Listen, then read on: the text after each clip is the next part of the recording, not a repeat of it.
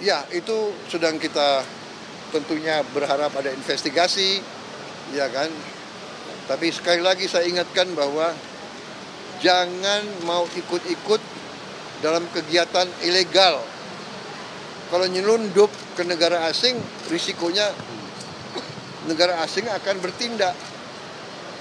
Jadi rakyat kita jangan mau dibohongi oleh sindikat-sindikat yang berjanji ini, berjanji itu. Ya, kita waspada, kita ingatkan, tapi kita juga yakin bahwa pihak Malaysia akan melaksanakan penyelidikan yang terbaik. Ya. Itu secara garis besar kita bicarakan. WNI-nya akan dipulangkan nggak? Ya, nanti ada yang ngurus itu, ya. Sudah jelas apa yang diperintahkan oleh Presiden Prabowo Subianto, termasuk respon atas kasus penembakan yang terjadi di Tanjung Ru, Selangor, Malaysia. Sebelum kita lanjutkan perbincangan kita dengan para narasumber, kami juga akan ajak Anda berbincang langsung dengan Ibu Mawadah, istri dari korban atas nama Hanafiah yang menjadi korban penembakan di Selangor, Malaysia. Assalamualaikum, selamat malam Ibu Mawadah. Selamat malam Bu Mawadah, Assalamualaikum. Waalaikumsalam, selamat malam. Ya, Bu Mawadah, tentu pertama-tama kami turut berempati atas apa yang terjadi dengan Bapak Hanafiah. Tapi kami ingin tahu, Bu, informasi terakhir yang diterima oleh Ibu Mawadah mengenai kondisi dari suami Ibu seperti apa? Sampai sekarang saya belum tahu kondisinya kayak mana, karena belum bisa jumpa, Bu. Oke, Bu Mawadah, ya. Yang sempat diceritakan atau sepengetahuan Ibu, ini Bapak bekerja di Malaysia sebagai apa, Bu? Yang saya tahu dia tukang pangkat, tapi saya nggak tahu detailnya juga. Oke, sudah bekerja berapa lama di Malaysia? Baru 1 tahun setengah. 1 tahun setengah. Apakah Pak Hanafiah ini juga sempat bolak-balik Malaysia ke Indonesia untuk pulang, berjumpa dengan keluarga, atau seperti apa, Bu? Ada pulang kemarin, ada pulang sekali, habis itu balik lagi. Oke, berapa lama Bu ketika pulang berada di Aceh di rumah? Oh lama, kadang-kadang ada sampai setahun, kadang-kadang sampai 6 bulan gitu. Oke, baik. Bu Mawadah, sudah sempat ada komunikasi dengan pihak-pihak di Malaysia mencari tahu kondisi suami Ibu? Belum. Okay. Belum. Kami kemarin cuma bilang sama tim Haji Sudirman, Haji Umar, suruh itu sebentar supaya bisa dilihat. Rupanya nggak bisa dilihat juga, karena nggak dikasih lihat. Oke. Belum dikasih masuk. Belum dikasih masuk untuk melihat kondisi Bapak. Bu Mawadah, Bapak ini berangkat dari Indonesia ke Malaysia untuk bekerja seorang diri atau bersama dengan siapa? Sendiri. Diajak oleh sendiri. orang atau melamar bekerja di Malaysia? Itu nggak tahu, karena dia nggak bilang. Oke. Lalu selama bekerja di Malaysia, apa Bu yang diceritakan oleh Bapak? Dia nggak pernah cerita tentang itu dia. Cuma yang dia bilang dia kerja pangkat di sana. Oke, baik. Yang lain nggak ada cerita. Baik. Bu Mawadah, di sini ada Ibu Wakil Menteri P2MI yang juga turut memberikan perlindungan kepada pekerja migran Indonesia. Apa Bu yang ingin disampaikan langsung oleh Bu Wakil Menteri atau ada yang ingin ditanyakan? Saya ingin menanyakan kenapa belum bisa dijenguk dan kenapa kalau misalnya dia udah sembuh kenapa nggak dibawa pulang terus ke Indonesia? Karena kami sangat mengharapkan dia balik ke Indonesia lagi, Bu. Karena anaknya selalu menanyakan dia.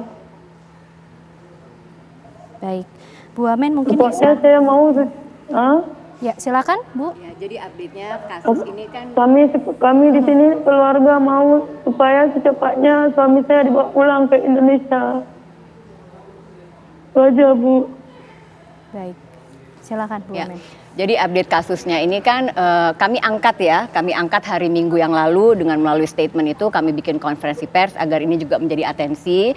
Kami koordinasi dengan pihak Kementerian Luar Negeri agar mengirimkan nota diplomatik. Tujuannya itu dua. Yang pertama memperoleh akses ke konsuleran agar jenazah bisa dilihat, lalu juga yang sakit, yang terluka juga bisa dikunjungi.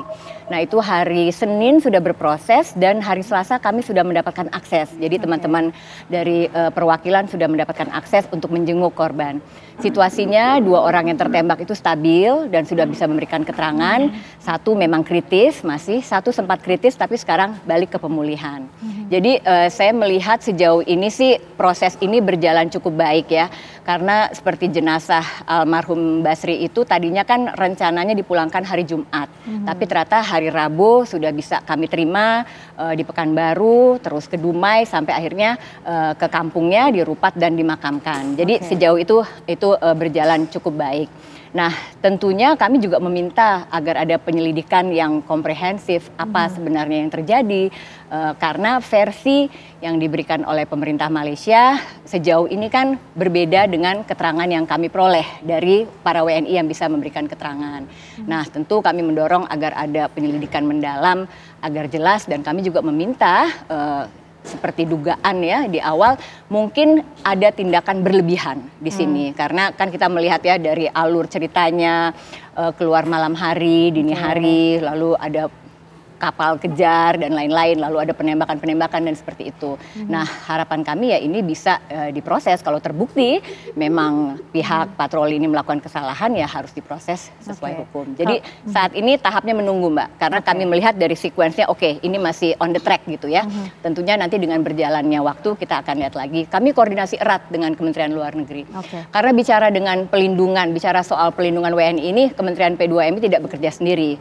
Tangan pemerintah atau negara hadir di luar negeri melalui perwakilan yang ada di bawah Kementerian Luar Negeri. Tapi begitu misalnya ada masalah, koordinasinya itu selalu 2 instansi ini pasti berkoordinasi erat. Dan ketika mereka dipulangkan, maka instansi kamilah, kementerian kamilah yang bertanggung jawab untuk selanjutnya mengurus sampai ke pulang. Oke, baik. Artinya Bu Mawada saat ini memang masih harus menunggu, tapi bahwa bisa dipastikan Bapak Hanafiah dan mungkin dengan 3 orang lainnya ya Bu ya.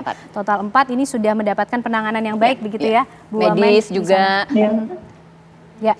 Bu Mawada kalau boleh bercerita pada saat Pak Hanafiah ini pulang kembali ke rumah ini biasanya memberi kabar dulu tidak sih kalau terakhir kemarin pulang? Tidak pernah, dia tidak pernah kasih kabar. Karena dia takut kalau kami di sini gelisah. Susah di sini menunggu dia, makanya dia nggak pernah pulang, nggak pernah bilang dulu. Oke, jadi pasti Bapak ini pulang, tiba-tiba saja pulang ke rumah tanpa memberi kabar ya? Iya. Selalu pulangnya kayak itu, nggak pernah diberitahu. Karena dia nggak ingin kami di rumah susah. Oke, baik. Terima kasih Bu Mawada, tentu kita ikut mendoakan yang terbaik dari proses penanganan kondisi Bapak Hanafiah di Malaysia. Terima kasih Bu Mawada malam hari ini sudah bergabung bersama kami. Assalamualaikum. Iya Bu, sama-sama. Ya. Prof Makarim, kalau melihat mengenai peristiwa yang terjadi di Tanjung Ru, Selangor, Malaysia, bagaimana Prof melihat hal ini? Termasuk juga Presiden Prabowo sudah memerintahkan untuk dilakukan proses investigasi dan penyelidikan secara menyeluruh, sehingga kasus ini betul-betul bisa terungkap, tidak hanya menguap saja, Prof. Benar ya, kasus-kasus macam ini, ya apalagi ini di antara negara-negara tetangga, ya apalagi juga anggota ASEAN semuanya, ya perlu dijadikan batu loncatan untuk klarifikasi keadaan sesungguhnya. Ya, seperti diketahui sudah ada permintaan dari pemerintah Indonesia kepada pemerintah Malaysia ya untuk melakukan penyelidikan menyeluruh, ya termasuk juga ya mengenai kemungkinan mengenai excessive use of force ya, karena pengertian excessive use of force ini kan sangat melanggar hak asasi manusia. Kalau orang yang misalnya bisa dipecut saja, kenapa kok harus ditembak? Ya, apalagi itu di sesuatu yang tidak berimbang dengan kemungkinan kesalahannya dia. Ya, jadi oleh karena itu, apalagi sekarang ini kan di dalam proses globalisasi banyak sekali kan proses migran. Orang bekerja di satu tempat di negara lain, bukan hanya Indonesia ya, Malaysia, Filipina, Bangladesh, negara-negara lain juga melakukan hal itu. Tetapi itu semua harus berdasarkan aturan-aturan yang saling menjaga diri. Jadi dalam arti kata bahwa tuan rumahnya juga menjaga dan juga kita sendiri juga menjaga melakukan hal-hal yang tidak bertentangan dengan ketentuan tuan rumah. Nah, saya melihat ya apabila kasus yang terjadi di Selangor ini tidak diklarifikasi, nah ini akan beruntun terjadi lagi gitu ya. Oleh karena itu kita hendaknya betul-betul meminta kepada pihak Malaysia untuk memberikan penelitian yang terbuka ya dan juga memberikan informasi yang lengkap kepada Indonesia mengenai hal ini. Nah, kalau ini bisa terjadi, insya Allah ya kasus-kasus seperti ini tidak akan terulang kembali.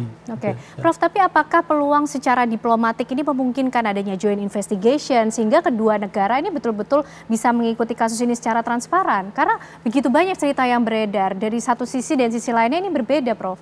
Ya, kita kan melihat ya bahwa semua ini kan tergantung dari situasi, kondisi dan juga pemerintahan. Yang sekarang kan Indonesia menghadapi pemerintahan baru, ya di mana kelihatan bahwa Indonesia sangat memberi penekanan terhadap kasus-kasus seperti warga negaranya, ya, dan juga bagaimana lapangan pekerjaan di luar negeri dan sebagainya.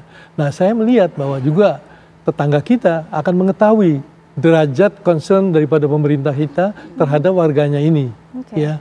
Nah, oleh karena itu kita bisa melihat bahwa perwakilan kita juga harus menunjukkan diri bahwa ini merupakan concern utama ya daripada pemerintah ya terhadap masalah ini. Nah, saya rasa kalau misalnya pendekatan yang sudah dilakukan oleh pemerintah, sudah dilakukan oleh NGO ya, Komnas HAM juga menaruh perhatian yang sangat besar terhadap hal itu. Ini tentunya dampaknya itu harus diimbangi secara proporsional. Kalau ini tidak diimbangi secara proporsional, itu akan menimbulkan reaksi yang akan memikirkan dampak yang kurang baik gitu. Oke, baik. Kita juga ingin tahu ketika membuka kemudian kasus-kasus yang terjadi tidak hanya di Malaysia ya, Mbak Anis, ternyata ada sejumlah negara yang juga memiliki catatan kelam nih berkaitan dengan bagaimana kegiatan pekerja migran Indonesia seperti Filipina, Kamboja maupun juga Vietnam. Tapi nanti kita akan membahasnya lebih lanjut sesaat lagi pemirsa, kami kembali untuk Anda.